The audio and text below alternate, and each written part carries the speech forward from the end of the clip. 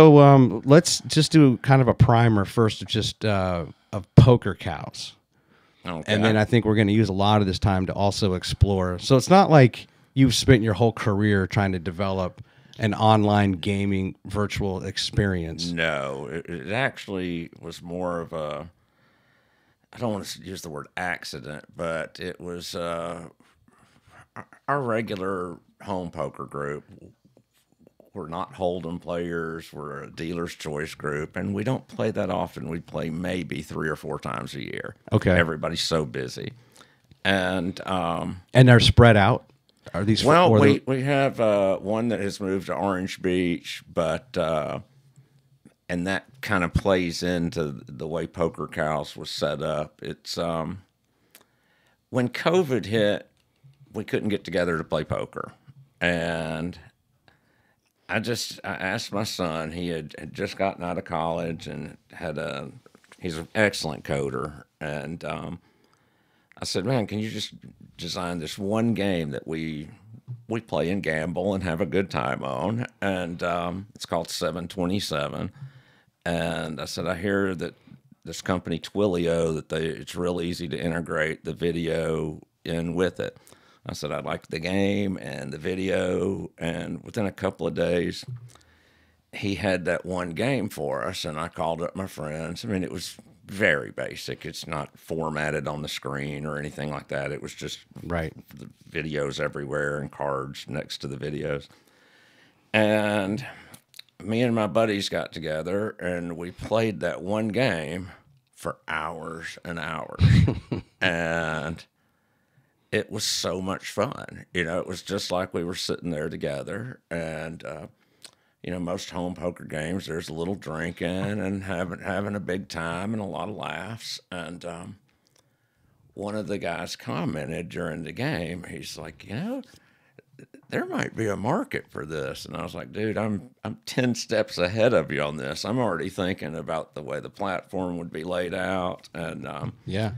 So from there, it was in slow development with my son doing a lot of the coding. And after about 6 months, it became apparent that we needed to get some more help, that this was not a one coder kind of project. Yeah.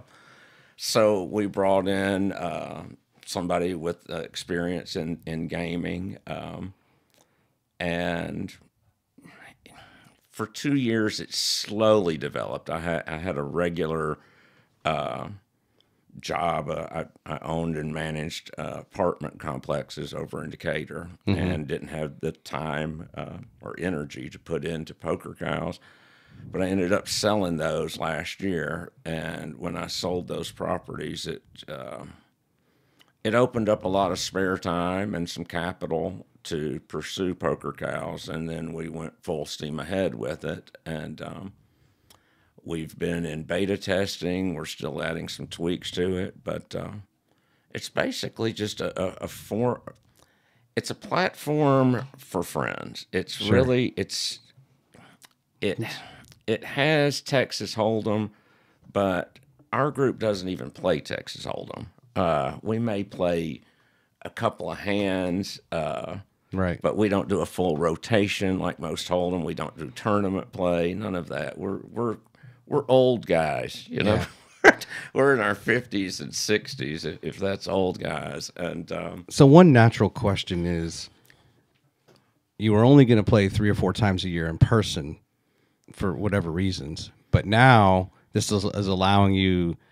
How quickly did you realize, hey, we should start doing this weekly or daily? Or we still play every few months, and that's strictly from the standpoint of the game maturing, adding features, and I'll say, okay, we've done a major upgrade. Let's get together, test this out, guys. But what I really did not expect is we have not played together in person in 3 years since we've had this software. Yeah.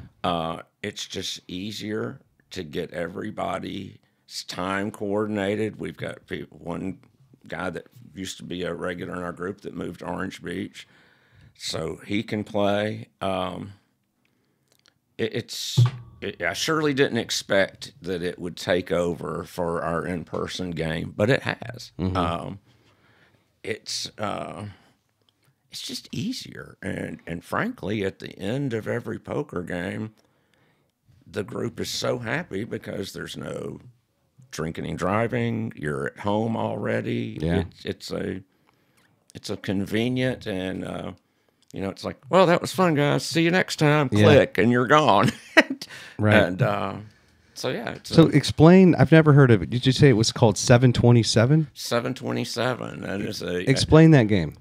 It is a game where it's a split pot game. You go for the highest hand and the lowest hand. Okay. And you try to get the closest to 7 or 27. And aces can be 1 or 11. So the perfect hand would be a 5 and 2 aces. That would be both 7 and 27. Perfect. Okay. So you could try to scoop the pot. Where the ace acts as a 1 and an 11. Correct. Okay. And it's an excellent game. It gets a lot of action going, and the great thing about split pot games is people stay in. Yeah. It encourages everybody to stay in the game. It's a friendly atmosphere. Nobody's going to go broke playing these home spread limit games as opposed to with no limit hold'em. It's a totally different atmosphere. And how many cards are dealt at the outset of the game when you're playing 727? Either 2 or 3. You can play both versions of it, and you get 1 down and 1 up. Okay. Or 2 down and 1 up. So somewhat similar, rooted in blackjack. Where are you asking for a card? And you're asking for a card, and yes, and if you don't take a card for 3 consecutive times when it's your turn, you're locked out and you can't take any more cards. Okay. It's one of. And then that down card is like blind until the end, until the reveal. Exactly. So you really have no idea. That's right. Wow. And with the 3 card version, if you've got 2 cards down, and if you've got 2 cards down and your up card's a 3, people are going to assume that you're going low. But that's not necessarily the case. You could have an ace, 2 aces, or you could have an ace and a 10. You could get 24. Anyway, it's a fun game. Yeah. It gets a lot of action. Sure. Let's do this. I want to show your video from your website. Oh God. Okay. And there's so many. I have so many interests in what we're going to talk about today at PokerCows. And so some of that is even hosting a podcast. Like, oh, well, we have a set. Like what are you going to be sitting in, and what's going to be, behind me, and so some of this is just analyzing. And I'm going to ask you about. What was your thought process in what you wanted to be in that? As people will see here shortly, the chair you're sitting in and the background and all that kind of stuff. And then after we play it, I want to circle back, and I actually did some still shots of the shot where you are talking, where you actually see the layout, and you've got the people dialed in. So I basically, in a nutshell, I'm just as interested in all the thought that went into the planning and the production of it. Because it's only a minute long, but it's all very detailed, right? Or it was heavily thought through. What is it you're trying to convey in that minute? So let's go ahead and watch it. Sounds good.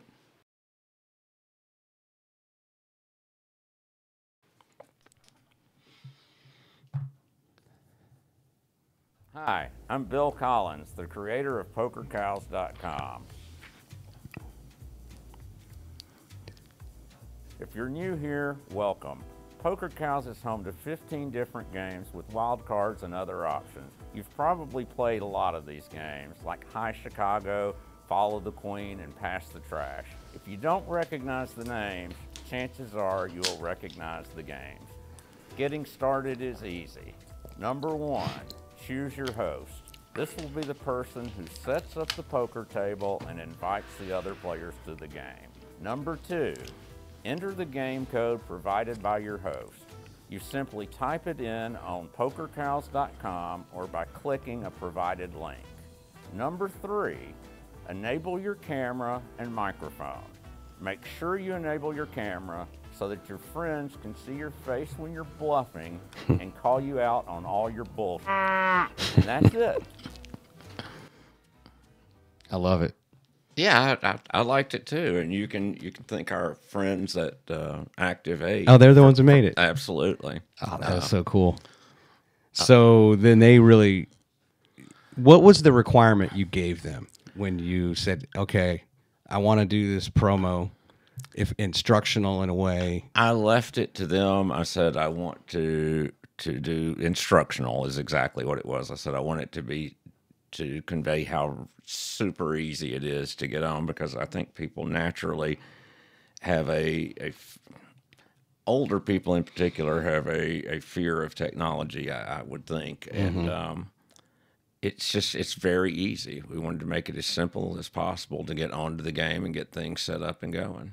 So I've brought up a still shot from the beginning, right? And so this is the brainchild of Active 8, where they said, okay, you're going to sit in this chair. It looks like a throne, but I don't think it's a throne. It's like a picture in the background, right? No, it's actually a big chair, like a throne. Is Really? Exactly what it is. Yes. And when they first had the concept, and they're like, yeah, we're going to get a smoking jacket for you, and I was like, come on, guys.